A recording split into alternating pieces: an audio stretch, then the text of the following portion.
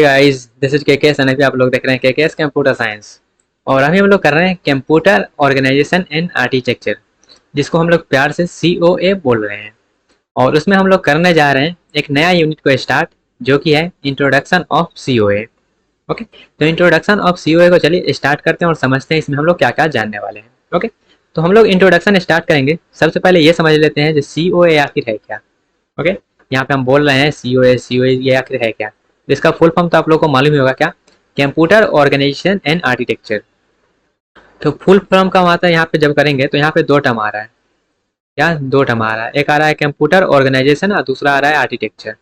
जैसे हम बोल सकते हैं एक आ रहा है मेरे पास कंप्यूटर ऑर्गेनाइजेशन, दूसरा है कंप्यूटर आर्किटेक्चर, बस शॉर्ट फॉर्म में लिख दिए हैं। ओके, यहाँ पे लॉन्ग फॉर्म भी लिख देते हैं,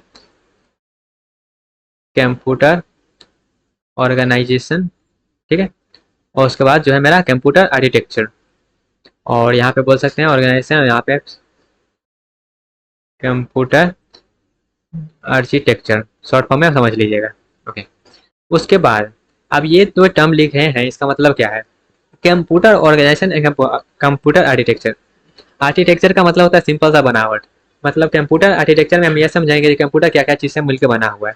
तो कंप्यूटर में जब आप आगे बढ़िएगा तो यहाँ पे है इट डील्स विद, मतलब ये क्या क्या चीज़ से डील करेगा। तो इसमें हमको पढ़ना पड़ेगा इंस्ट्रक्शन, मतलब इंस्ट्रक्शन कैसे कंप्यूटर आर्किटेक्चर को यूज़ करके वो कैसे एग्जीक्यूट करता है, पहले कौन से आर्किटेक्चर पे आता है, कौन से डिवाइस पे आता है, वो सब वहाँ पे हम समझेंगे। उसके बाद हमारा होगा इसमें इंस्ट्रक्शन मोड, ठीक है, या फिर एड्रेसिंग मोड बोलते हैं इसको, एड्रेसिंग मोड। एंड देन यहाँ पे हमारा जो है अर्थमेटिकल लॉजिकल यूनिट के बारे में पढ़ेंगे, फिर हम पाइपलाइनिंग के बारे में पढ़ेंगे। उसके बाद ये जो है बोल सकते हैं एक लाइन में बोलेंगे तो हमारा कंप्यूटर आर्किटेक्चर मतलब क्या होता है, बनावट। मतलब कभी जब भी कोई चीज़ बनेगा तो क्या होगा, इंटरनल डिजाइन से ही बनेगा। तो यहाँ पे जो हमारा होगा वो डील करेगा इंटरनल डिजाइन से, इंटरनल डिजाइन से। अब कंप्यूटर ऑर्गेनाइजेशन का बात करें तो कंप्यूटर ऑर्गेनाइजेशन में यहाँ पे जो होगा बहुत सारा, मतलब बहुत सारा मेमोरी का टाइप पढ़े होंगे, इनपुट आउटपुट डिवाइस पढ़े होंगे। तो वो कैसे इंटरेक्ट करेगा, वो कैसे इंटरेक्ट करेगा मेमोरी के जो है सिस्टम से, मेमोरी से, वो बताता है मेरे पास कंप्यूटर ऑर्गेनाइजेशन। ठीक है, तो यहाँ पे अगर इसके बारे में हम एक पॉइंट लिखे या एक लाइन लिखे तो ऐसे कह सकते हैं क्या, ये किसी से डील करता है, हाउ वेरियस मेमोरी, बहुत सारा मेमोरी का टाइप पढ़ेंगे आप इसमें, एंड इनपुट आउटपुट डिवाइस जो है वो कैसे इंटरेक्ट करेगा, इंटरेक्ट विथ सिस्टम, सिस्टम से वो कैसे इंटरेक्ट करेगा वो हमारे पास बताता है कंप्यूटर ऑर्गेनाइजेशन का फीचर। ओके, अब यहाँ पे ये भी समझेंगे जो फीचर को कैसे इम्प्लीमेंट कर रहा है। तो ये सब कुछ कुछ चीज़ जो है वो हमारे पास बताता है computer organisation and architecture. I hope ये जो सिलेबस था overall computer organisation and architecture, उसका मतलब आपको थोड़ा बहुत आइडिया क्लियर हो गया होगा क्या। इसमें दो टर्म है, एक है कंप्यूटर ऑर्गेनाइजेशन, दूसरा है कंप्यूटर आर्किटेक्चर। तो आर्किटेक्चर मतलब उसका बनावट होता है, जो कंप्यूटर क्या क्या चीज़ से मिलकर बना हुआ है उसके बारे में पढ़ना है, और वो काम कैसे करता है वो सब पढ़ना है। एंड देन कंप्यूटर ऑर्गेनाइजेशन मतलब वो बताता है जो मेरा वेरियस मेमोरी का टाइप है, बहुत सारा इनपुट आउटपुट डिवाइस है उसमें, तो वो कैसे इंटरेक्ट करता है सिस्टम से, वो बताता है कंप्यूटर ऑर्गेनाइजेशन। आई होप आपको इतना जो फंडा था कंप्यूटर ऑर्गेनाइजेशन एंड आर्किटेक्चर का वो क्लियर हो गया होगा। ओके, अब इतना के बाद चलिए थोड़ा सा आगे बढ़ते हैं और ये देखते हैं, क्योंकि यहाँ पे हम सबसे पहले ये देखेंगे जो कंप्यूटर का आर्किटेक्चर जो हम सबसे पहले इसको पढ़ने वाले हैं। सबसे पहले हमारा जो होगा मेन एम इसको कंप्लीट करना, देन हम इस पे आएंगे। ठीक है, जो कि लास्ट का दो यूनिट ये होने वाला है। और उसके बाद हमारा जो इतना भी यूनिट अभी हम कंप्लीट करेंगे अभी से लेके आगे तक जितना आएगा, ओके, तो वो सब इसी सबसे रिलेटेड रहेगा। जैसे कि सबसे पहला हमारा यूनिट जो होगा वो क्या है, सीओए का जो भी इंट्रोडक्शन है वो है। मीन्स यहाँ पे हम जो भी है वो सीख लेंगे, उसके बाद इंस्ट्रक्शन सीखेंगे, फिर एड्रेसिंग मोड सीखेंगे, फिर एएलयू देखेंगे, कैची मेमोरी के बारे में देखेंगे, पाइपलाइनिंग समझेंगे, सब कुछ देखने वाले हैं इंटरनल डिजाइन के बारे में। उसके बाद कैसे वो सिस्टम से इंटरेक्ट करता है various memory and input output, उसको हम लोग देखेंगे लास्ट वाले यूनिट में। ओके, तो चलिए समझते हैं सबसे पहले कंप्यूटर का कौन कौन सा कंपोनेंट है। अब हम लोग स्टार्ट करने जा रहे हैं कंप्यूटर आर्किटेक्चर को, ऑर्गेनाइजेशन को हम बाद में देखेंगे, पहले आर्किटेक्चर को कंप्लीट करते हैं। तो कंप्यूटर आर्किटेक्चर में सबसे पहले हम ये देखते हैं कि कंपोनेंट ऑफ कंप्यूटर क्या क्या चीज़ है। तो सबसे पहले देखेंगे कंपोनेंट ऑफ कंप्यूटर, कंप्यूटर का कंपोनेंट क्या क्या चीज़ है। तो कंप्यूटर का मेनली जो आप पढ़िएगा तीन कंपोनेंट पढ़िएगा। कंपोनेंट तो बहुत सारा होता है लेकिन कैटेगराइज उसको मेनली तीन पार्ट में किया गया है। पहला पार्ट जो होता है वो होता है सीपीयू का, सीपीयू में भी दो चीज़ होता है, एक होता है मेरे पास कंट्रोल यूनिट और दूसरा होता है अर्थमेटिकल लॉजिकल यूनिट। ओके, उसके बाद सेकेंड जो है वो है मेमोरी। ठीक है, मेमोरी में भी बहुत सारा टाइप का होता है, लेकिन यहाँ पे इसको मेनली दो कैटेगराइज करते हैं, primary and secondary. Primary and secondary. उसके बाद अगला जो मेरे पास है वो है इनपुट आउटपुट डिवाइस, आईओ जिसको बोलते हैं, इनपुट आउटपुट डिवाइस। तो कंप्यूटर जो उसका कंपोनेंट है मेनली तीन पार्ट में है, सीपीयू, मेमोरी और इनपुट आउटपुट डिवाइस। तो इनपुट आउटपुट डिवाइस में जो है मेरा बहुत सारा पढ़े होंगे जो क्या होता है नहीं होता है। तो ये हमारा कुछ कुछ कंपोनेंट है। ओके, कंपोनेंट बहुत सारा, लेकिन उस सबको जो है तीन पार्ट में कैटेगराइज कर दिया गया है। इतना चीज क्लियर हुआ। ओके, अब इसको अगर आप करना चाहते हैं थोड़ा सा डायग्राम के व्यू से, तो डायग्राम के व्यू से भी कर लेते हैं। ओके, डायग्राम बनाने में थोड़ा सा यहाँ पे टाइम लग सकता है। ये हो गया, इसको थोड़ा सा साइज इसको छोटा करते हैं क्योंकि ये बहुत ज़्यादा मोटा लग रहा है। ओके, तो ये मान लेते हैं मेमोरी है। ओके, मान लेते हैं, सपोज करिएगा बॉक्स क्या है, मेमोरी का बॉक्स है। एंड देन यहाँ पे एक बॉक्स और बना लेते हैं जो इसमें हम यहाँ पे बहुत सारा कंपोनेंट को दर्शाएंगे, शो करेंगे। एंड देन एक हम बना लेते हैं इनपुट आउटपुट। तो इनपुट आउटपुट का ये वाला हम चपटा बॉक्स से बना लेते हैं। ओके, देन इसमें हम कुछ कुछ लिख भी देते हैं, जैसे कि ये मेरा हो गया क्या, ये हो गया मेरे पास सीपीयू। एंड देन हो गया ये मेरे पास मेमोरी। एंड देन ये हो गया हमारे पास इनपुट आउटपुट डिवाइस। ओके, उसके बाद यहाँ पे जो हमारा होगा मेमोरी में क्या रहेगा, बहुत सारा इंस्ट्रक्शन रहेगा, बहुत सारा डाटा रहेगा। ओके, उसके बाद उसको इनपुट आउटपुट डिवाइस के जरिए डाटा को देंगे, फेच करेंगे, जो भी करना होगा करेंगे। जो है हमारे पास सीपीयू में क्या क्या चीज़ रहता है, तो सीपीयू में तो बहुत सारा चीज़ रहता है, जैसे कि यहाँ पे हम कुछ कुछ शो करें क्या क्या चीज़ रहता है। तो एक तो मेरे पास रहेगा यहाँ पे, ओके ये कुछ ज़्यादा मोटा नहीं हो गया, इसको और पतला कर देते हैं। ओके, ये हमारा हो गया एक, मान लेते हैं कि ये क्या है, एक्यूमुलेटर मान लेते, बहुत सारा कंपोनेंट होता है, बहुत सारा इसमें जो है हार्डवेयर रहता है लगा हुआ। तो वो सबको हम समझेंगे, लेकिन फिलहाल के लिए समझिए यहाँ पे कुछ लगा हुआ है, फिर यहाँ पे भी क्या है, यहाँ पे भी कुछ लगा हुआ है। ओके, देन उसके बाद समझिए यहाँ पे थोड़ा सा इसको डायग्राम को इधर उधर करके करते हैं, यहाँ पर भी कुछ लगा हुआ है सपोज करिए, फिर यहाँ पर भी कुछ लगा हुआ है सपोज करिए, यहाँ पर भी कुछ लगा हुआ है सपोज करिए, एंड यहाँ पर भी कुछ लगा हुआ है। एंड देन यहाँ पे भी एक्यूमुलेटर हो गया, फिर यहाँ पे मान लेते हैं कुछ लगा हुआ है। एंड देन एक और ले लेते हैं। ओके, यहाँ पर भी कुछ लगा हुआ है, ऐसा मान के चलिए। ये मेरे पास सीपीयू में, सीपीयू में बहुत सारा चीज़ रहता है, तो यहाँ पे कुछ कुछ इसमें है, जैसे कि यहाँ पे अगर हम नामकरण करें इसको, जिसमें क्या क्या चीज़ लगा हुआ है, तो पहले हम इसको सेपरेट कर देते हैं दो पार्ट में। ओके, अब यहाँ पे इसका हम नामकरण स्टार्ट करते हैं। नामकरण जब हम स्टार्ट करेंगे तो सबसे पहले मान के चलिए यहाँ पे हम बहुत सारा रजिस्टर का नाम लिखने वाले हैं, जैसे कि यहाँ पे हमारा होगा पीसी। क्या है पीसी, मतलब वो जो है हमारा है पर्सनल कंप्यूटर मत समझिएगा, पीसी का मतलब है प्रोग्राम काउंटर। और यहाँ पे आई आर क्या है, ये सब रजिस्टर का हम नाम लिख रहे हैं और कुछ नहीं है। उसके बाद एम ए आर है यहाँ पे। उसके बाद यहाँ पे जो है सर्किट समझ सकते हैं, सी के टी लिख देते हैं। और यहाँ पे बहुत सारा क्या है रजिस्टर है, या फिर इसी में हम directly R one R two कर देते हैं, R one R two R three dot dot dot, बहुत सारा रजिस्टर है इसमें। ओके, उसके बाद इसमें हम एम बी आर समझ लेते हैं। उसके बाद ये है मेरा एक्यूमुलेटर, एंड ये है मेरा ये एल सर्किट। ठीक है, तो ये कुछ कुछ सर्किट यहाँ पे लिख दिए हैं, और यहाँ पे जो रहेगा वो क्या रहेगा, इंस्ट्रक्शन रहेगा एंड डाटा रहता है मेमोरी में। तो ये हमारे पास तीन कंपोनेंट है कंप्यूटर का, CPU, memory and input output. Okay, तो इतना चीज़ क्लियर हो गया होगा। अब थोड़ा सा आपको ये डाउट लग सकता है क्या, जो यहाँ पे मेमोरी में तो ठीक है इंस्ट्रक्शन डाटा होता है वो समझ में आता है, इनपुट आउटपुट डिवाइस में हमको समझ में आता है, लेकिन सीपीयू में जो हम यहाँ पे ये सब चीज़ लिख दिए हैं, ये सब चीज़ का मतलब क्या है। एम बी आर कहीं पे लिख दिए हैं, कहीं पर ए सी लिख दिए हैं, कहीं पर पी सी लिख दिए हैं, ये सब का मतलब क्या है। तो अब इस मतलब को समझते हैं, ये सब का मतलब क्या है। इस सब को मतलब को समझने के लिए यहाँ पे हम सबको वन बाय वन लिखते हैं, जैसे कि वो सब क्या था, वो सब मेरा था रजिस्टर। ठीक है, तो वो सब किस में रजिस्टर है, वो था यहाँ पे सीपीयू रजिस्टर। सीपीयू में जो रजिस्टर रहता है उसके बारे में अभी हम लोग जानने वाले हैं। जैसे कि पहला यहाँ पे पढ़े, इस तरीका से लिखते हैं। ओके, पहला हमारे पास था क्या, पीसी। पहला हमारे पास था पीसी, तो इसको इस तरीका से हम कर लेते हैं। ओके, जिसका मतलब होता है क्या, जिसका मतलब होता है प्रोग्राम काउंटर, जिसका मतलब होता है प्रोग्राम काउंटर। उसके बाद दूसरा हमारे पास यहाँ पे बहुत सारा हम रजिस्टर का नाम लिख रहे हैं, उसका क्या पूरा नाम समझिए, उसका बाद उसका क्या काम है वो भी समझेंगे। उसके बाद यहाँ पे है एम ए आर। उसके बाद यहाँ पे MAR का मतलब क्या होता है, memory address register, memory address register. Okay, उसके बाद मेरे पास है MBR। तो MBR का मतलब होता है मेमोरी बफर रजिस्टर। ओके, उसके बाद चौथा है, उसका नाम होता है IR, जिसको हम लोग बोलते हैं इंस्ट्रक्शन रजिस्टर, इंस्ट्रक्शन रजिस्टर।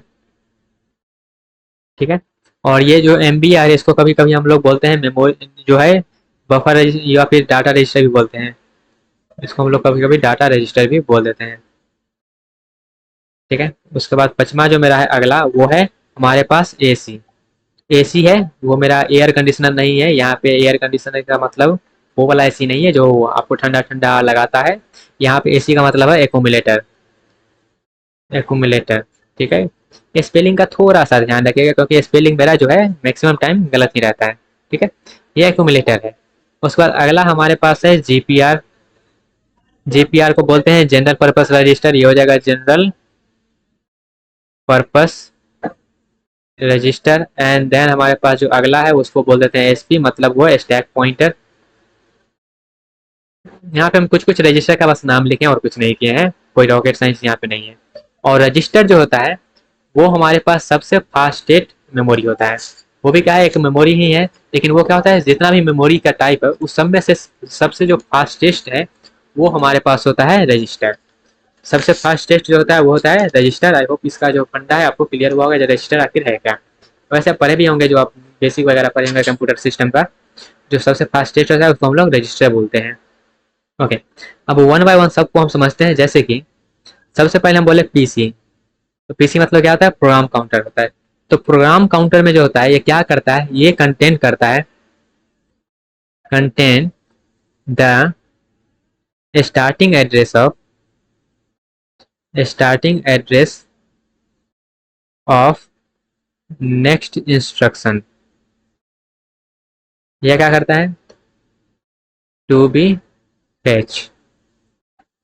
ये क्या करता है प्रोग्राम काउंटर, स्टार्टिंग एड्रेस रखता है नेक्स्ट इंस्ट्रक्शन का जो कि फेच किया गया है। ओके, देन दूसरा पे आते हैं, दूसरा है MAR, मेमोरी एड्रेस रजिस्टर। ये क्या करता है, होल्ड करता है, holds the memory address used for read या फिर राइट। रीड और राइट के लिए जो मेमोरी का यूज किया जा रहा है उसको क्या करेगा, होल्ड करेगा। ये कौन, MAR में उसका एड्रेस रहेगा, जैसे मेमोरी पे अभी रीड ऑपरेशन चल रहा है या फिर इस मेमोरी पे अभी राइट ऑपरेशन चल रहा है इस एड्रेस पे। ओके, उसका एड्रेस ये होल्ड करेगा, MAR, मेमोरी एड्रेस रजिस्टर। उसके बाद है MBR, मेमोरी बफर रजिस्टर या फिर मेमोरी डाटा रजिस्टर। तो ये क्या करता है, इंस्ट्रक्शन या फिर डाटा को होल्ड करके रखता है। तो इसको भी यहाँ पे हम लिख देते हैं, राइट डाउन कर देते हैं। ये क्या करता है, होल्ड्स द इंस्ट्रक्शन और डाटा, डाटा या फिर इंस्ट्रक्शन को क्या होल्ड करके रखेगा। उसके बाद हमारे पास है IR, इंस्ट्रक्शन रजिस्टर। तो इंस्ट्रक्शन रजिस्टर क्या करेगा, जो इंस्ट्रक्शन अभी करेंटली एग्जीक्यूट कर रहा है उसका एड्रेस इसमें रहेगा स्टोर। मतलब it contains the instruction which is currently executed by the CPU। CPU जो इंस्ट्रक्शन को एग्जीक्यूट कर रहा है उसका एड्रेस रहेगा किसमें, IR में, इंस्ट्रक्शन रजिस्टर में। ओके, देन उसके बाद है एक्यूमुलेटर। तो एक्यूमुलेटर क्या करता है, एक्यूमुलेटर में जो है टेम्पररी रिजल्ट होता है उसको स्टोर करके रखता है। क्या करता है, contain temporary result of the ALU operation. ALU operation के द्वारा जो टेम्पररी रिजल्ट होता है उसको क्या करता है, वो स्टोर कर रखता है। टेम्पररी, ऐसा नहीं परमानेंटली वो स्टोर कर रखेगा, वो टेम्पररी रजिस्टर को क्या होता है, स्टोर करके रखता है। उसके बाद जनरल पर्पस रजिस्टर हो गया। तो जनरल पर्पस जो रजिस्टर है इसका हम यूज करते हैं डाटा के लिए। ओके, उसके बाद स्टैक पॉइंटर जो है, स्टैक पॉइंटर का हम लोग यूज करते हैं टॉप ऑफ द स्टैक के वैल्यू को रखने के लिए। तो इसके बारे में थोड़ा सा लिख देते हैं। ओके, कलर चेंज करते हैं, नहीं तो वो क्या होगा, हौच पौच हो जाएगा, एक जगह सब हो जाएगा, इसलिए कलर चेंज कर करके करते हैं। GPR general purpose register. तो जनरल पर्पस रजिस्टर क्या करता है, that is used for process the data, data को प्रोसेस करने के लिए इसका हम यूज करते हैं। उसके बाद स्टैक पॉइंटर, तो स्टैक पॉइंटर क्या करता है, टॉप ऑफ द स्टैक को एड्रेस को कंटेन रखता है, मतलब ये क्या हुआ, टॉप ऑफ स्टैक, उसके एड्रेस को ये स्टोर करके रखेगा। तो ये कुछ कुछ हमारे पास क्या है, ये हमारे पास कुछ कुछ जो है रजिस्टर्स हैं, जो कि आपके बारे में यहाँ पे उसका नाम जान लिए, नाम जानने के बाद उसका हम लोग काम जान लिए हैं। ओके, तो इसमें से सबसे जो इम्पोर्टेंट है, सब इम्पोर्टेंट है, लेकिन सबसे ज़्यादा इम्पोर्टेंट बोले तो यहाँ पे है पीसी। ये भी याद रखिएगा, कभी कभी इस पे क्वेश्चन जो है बन जाता है। इसमें क्या होता है, नेक्स्ट इंस्ट्रक्शन का एड्रेस रहता है। ओके, उसके बाद MAR क्या करता है, जो भी रीड राइट के लिए है उसका एड्रेस स्टोर कर रखता है। MBR जो है उसमें क्या रहता है, इंस्ट्रक्शन एंड डाटा रहता है। उसके बाद IR में जो भी CPU पे एग्जीक्यूट कर रहा है उसका रहता है एड्रेस। एक्यूमुलेटर में जो टेम्पररी रिजल्ट है उसको स्टोर करते हैं। उसके बाद यहाँ पे हमारा GPR हो गया और SP हो गया। ओके, अब यहाँ पे देखिएगा हमारे पास दो क्वेश्चंस अराइज होता है, कैसे, जैसे कि हमारे पास MAR मेमोरी एड्रेस रजिस्टर क्यों है, MBR क्यों है, वो सब क्या रहता है, कनेक्टेड रहता है डाटा लाइन से और सिस्टम बस से। तो यहाँ पे एक चीज़ आप समझते हैं, जो वहाँ पे हमारे पास MAR और MBAR जो है वो सब तो आप जगह डाटा रजिस्टर से कनेक्ट रहता है, उसको आपको आना चाहिए। लेकिन अब यहाँ पे हम क्या करते हैं, ये समझते हैं जो यहाँ पे हमारे पास CPU था उसको थोड़ा सा और यहाँ पे हम डिटेल में समझ लें, या फिर उसको हम यहाँ पे बना लेते हैं, इस तरह एक डायग्राम बना लेते हैं, उससे ज़्यादा सही रहेगा। ओके, ओके गाइस, तो मान लेते हैं ये हमारे पास डायग्राम है, कुछ ज़्यादा लंबा डायग्राम होने वाला है। ओके, तो इस डायग्राम में हमारे पास एक हो जाएगा, ये हमारे पास CPU हो गया, एंड देन यहाँ पे हो गया मेरे पास मेमोरी, और ये मेमोरी को इस तरह से बना लेते हैं। और उसके बाद यहाँ पे हो गया इनपुट आउटपुट डिवाइस, और उसके बाद हो गया यहाँ पर भी इनपुट आउटपुट डिवाइस। ओके, अब यहाँ पे इसको हम कुछ कुछ में लिखने वाले हैं, जैसे कि सबसे पहले ये मेरा क्या है, CPU है। दूसरा मेरे पास हुआ मेमोरी। तीसरा मेरे पास हुआ input output, input output interface. Then यहाँ पे हुआ input output device, input output device. उसके बाद इसमें हम थोड़ा सा लिखे, तो यहाँ पे ये जो कनेक्ट है, CPU जो रहता है मेमोरी से कनेक्ट रहता है, इसको बोलते हैं क्या, इसको बोलते हैं हम लोग सिस्टम बस, सिस्टम बस। उसके बाद ये जो है इससे भी कनेक्ट रहता है, इसको भी बोलते हैं क्या, SY सिस्टम बस से ये सब क्या रहता है, आपस में कनेक्टेड रहता है। ठीक है, उसके बाद इस तरह से समझ सकते हैं कि इसको नहीं मिटाना था, मिटाना था इसको थोड़ा सा, इसको। ओके, ये कनेक्ट रहता है इस तरह से, और ये रहता है इससे कनेक्ट, और ये रहता है इससे कनेक्ट। ओके, और ये होगा इनपुट आउटपुट डिवाइस, इसमें रहता है मेरे पास कंट्रोल यूनिट रहता है, या फिर कलर चेंज कर लेते हैं, ये रहता है कंट्रोल यूनिट। एंड देन इसमें रहता है अर्थमेटिकल लॉजिकल यूनिट। उसके बाद इसमें रहता है रजिस्टर। उसके बाद यहाँ पे बहुत सारा इंस्ट्रक्शन रहता है। उसके बाद डाटा भी रहता है इसमें। और यहाँ पे ये जो है इनपुट आउटपुट है, ये सबसे स्लो ये रहता है, स्लोएस्ट रहता है ये सबसे। ओके, तो आई होप आपको ये सब थोड़ा जो फंडा यहाँ पे लिखे हैं, सिस्टम बस क्या होता है, सिम। और यहाँ पे ये भी समझ सकते हैं, ये सब जो है मेरे पास MA और MBR जो है ये सब कनेक्टेड रहता है किससे, सिस्टम बस से। ये दोनों किससे कनेक्टेड रहता है, सिस्टम बस से कनेक्टेड रहता है, जैसे यहाँ पे हम डायग्राम में बताने का आपको ट्राई किए हैं। ओके, तो आई होप आप गाइज इतना जो हम अभी किए हैं बेसिक ऑफ कंप्यूटर में वो आपको समझ में आया होगा। और भी इसमें बहुत सारा टर्म है, उसको भी हम समझेंगे। इसके बाद जो हमारा है ये समझेंगे जो इंस्ट्रक्शन साइकिल है, कैसे उसमें फेच होता है, कैसे वो कोई भी जो इंस्ट्रक्शन है वो एग्जीक्यूट होता है, उस सब को हम लोग समझने वाले हैं। किस सिस्टम पे जाके कौन से जो है ये हार्डवेयर पे जाकर वो एग्जीक्यूट होता है, उस सब को हम अब आगे देखने वाले हैं, जो कि है इंस्ट्रक्शन साइकिल वाले टॉपिक में। ओके, तो इतना फंडा जो है आपको ये समझ में आया होगा, कैसे क्या है नहीं है। और उसके बाद ये सब जो हम यहाँ पे डिस्कस किए हैं ये भी आपको समझ में आया होगा। तो मिलते हैं आज अपने अगले सेक्शन में, जहाँ पे हम लोग देखने वाले हैं इंस्ट्रक्शन साइकिल को।